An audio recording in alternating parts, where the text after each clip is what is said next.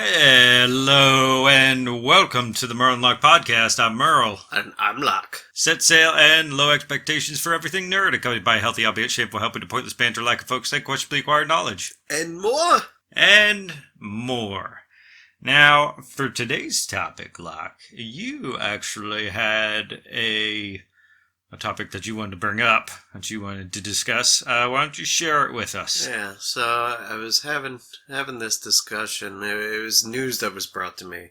I haven't been quite keeping up with the daily events and gossip and what have you, but it struck me as intriguing. Apparently, the Ubisoft CEO or director, whatever, he decided to make some comment about how gamers should feel comfortable not owning their games. Right. Yeah. Right. Was it, like, I didn't see the direct quote. Yeah, so I kind of glanced over an article they had found.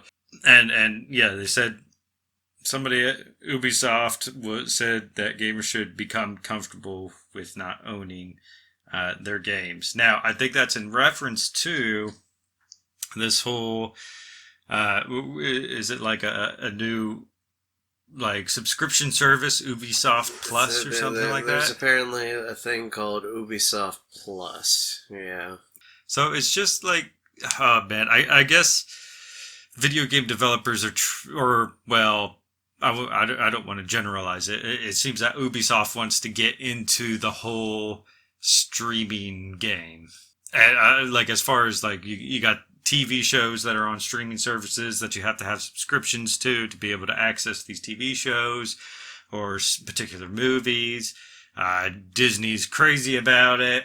You got Netflix, you got Amazon in on it, you got Hulu, you got Apple TV. Yeah, here's the thing. You're bringing up all these other streaming services, which are mainly like your movies, TV shows, streaming services, right? Why they feel the need, or why they feel that these streaming services are a good way to go. Or they feel like it's some sort of competition that if they don't do it, somebody else is going to do it before them. Wait, are you talking about Ubisoft in particular? Yes, or are you yes, talking and about which I mean, they're even saying like Ubisoft Plus is essentially trying to do what like Game Pass has been doing and whatnot. Right, and it's odd, right? Because it suggests that comment alone, not that it's going to be something that actually happens, like that all Ubisoft games are going to be unavailable for direct purchase and they're only going to be accessible through this subscription-based service. We're not saying like that's a definite at this point. It's just saying I think they were just saying that like it could be something that happens, so gamers they should become comfortable with it. Like it's a completely unavoidable thing and it's gonna happen, but you know what, I don't feel like it would happen. I do feel that somebody would try it. They're gonna try it, they're gonna see how it works, and if it succeeds, then everybody else will try to switch over to it. Except for maybe one person. That's how all things have worked up to this point. And I'm kind of speaking of like Blockbuster, they didn't want to switch over. And the people before them didn't want to switch over. So usually somebody ends up kind of losing out one way or another. Somebody's waiting for the Pathfinder, right? Yeah. So, I mean, you either follow the leader and fail, or you watch that leader kind of do their own thing, see how it goes, and then jump on the bandwagon. And then follow suit, right? Yeah. I feel like it's a terrible design. Now, the only thing that I haven't ever disagreed with, like, Game Pass and the way that they've operated is I look at it as a trial period of being able to try a new game. If you like it, cool, you know that you like it. And say it does go off of Game Pass and you really want that game, you can go and buy it. Exactly. And that's really nice. I love Game Pass for that. Plus, if we're to consider like back in the day, what would we do, right? Where for like if we wanted to try out a game, we would run the Blockbuster, right? That's right. And we would rent this game for $5 for a week. We'd get 7 days to try it out for $5. You'd get And that like was just two one. movies and one game for free, or whatever the whole pitch was. Yeah, well, there was always like some kind of deal going on. Yeah, but yeah. like essentially, it was $5 for a game, and you would have it for a week to try out. Now with Game Pass, you pay what, $14 for an entire month, and you can try as many games as you want for free. Well, not for free, but for that $14. And I mean, it's a great deal, and it's amazing. I love it.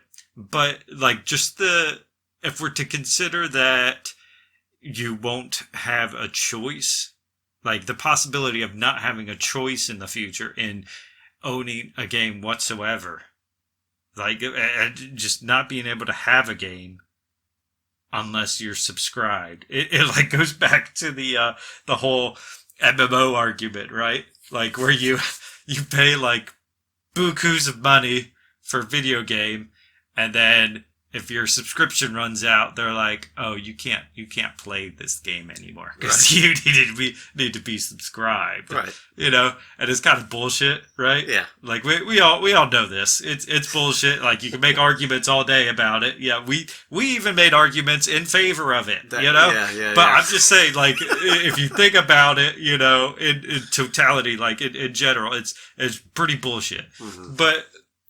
But like just taking away ownership of all games, you know, it's just unreasonable and unfair, and I don't think people will buy into it. I think there would be way too much hesitance and way too much pushback, especially with Ubisoft. Like it has any pull with this, right? Like I know Ubisoft, it has some good games, you know, but it's not like they're beloved by the masses, you know? Like they have some decent games, but it's some not buggy like games. People are gonna like, yeah. It's not like people are gonna come begging, you know, like, right. I'll do whatever you want so I can play your games. Let me kiss your feet, like sire. Yeah, they don't have that kind of pull, so I don't know what they're getting at here. I don't know. I've even brought this up to like Jane Doe. The only time I play or I buy a new Ubisoft game is when it goes 75% off in the Microsoft store. For sure. Because I mean, it's already outrageous when you have a game that's about, I don't know, 10 years old and you're still trying to charge people $60 to own it. I find that ridiculous. Absurd. I mean, I get it's a digital copy, but I feel things with age still come down in price. Don't try to give me some bullshit excuse. Everything goes down with age after time. Look at your graphics. It already tells me that it's old as dirt. Yeah. Now, but if we consider this, right, this whole like ownership aspect of it, you know, like there was a good point that was brought up in one of the articles I was reading on PC Gamer about this whole topic was the fact that like how many games on Steam do you own, right? Steam for PC, right? Like you have, like I have a lot of games on there, man, and. But like when you sign up for Steam, you have to sign off on an agreement that Steam can completely close out your account for whatever reason and not reimburse you for your purchases. Mm-hmm. Right? Now, man, if that ever happened to me on my Steam account, man, that would be pretty devastating. I have so many games, you know? Yeah. Like, I love video games, and I collect video games, but yeah, it's all digital. So it's not like, so it doesn't make me feel like I have complete ownership, right? Right. But, I mean, if you consider the bigger picture, too, right? Where, you know, like, say you own land, yeah? And you get in trouble with the law or something, and then they come in and they take your land because it for one reason or another, And do we actually have any ownership over anything in this world? That's a question, isn't it? That is one that could be discussed, huh? If I, anything could be taken from us by like government or law enforcement. so what I'm hearing is only own physical copies of things and get guns to protect your land. That's what I'm hearing. Fight the man, fight the power. Let's go. You owe nothing but your soul. Man, well, I guess that's going a little bit too deep, but nonsense. I but like no, it. wait, let's get let's back, show 'em. back on track with video games. We're here to talk about video games. Oh, of course. And then we fight the man. Yeah, exactly. Fight the power. Fight the power. Yeah, I mean, the rich and these big name companies, whatnot, they're all going to take over anyway. Not like they haven't already. So, I mean, we're all going to become their thralls and do their bidding. It is hard inevitable. not to see that we'll get into a state like Ready Player One, where the CEOs will just kind of try to control you with the way the games work, and then they need to make some extra money, so let's throw in some ads, make the people poorer. They're constantly changing the status quo, man. That's the troubling thing. And there's always pushback.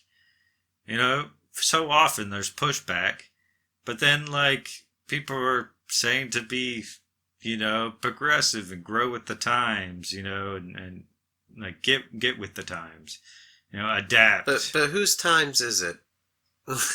Whose times are we following? I don't know the reason for a lot of, maybe that's a little too deep for this channel. I don't know.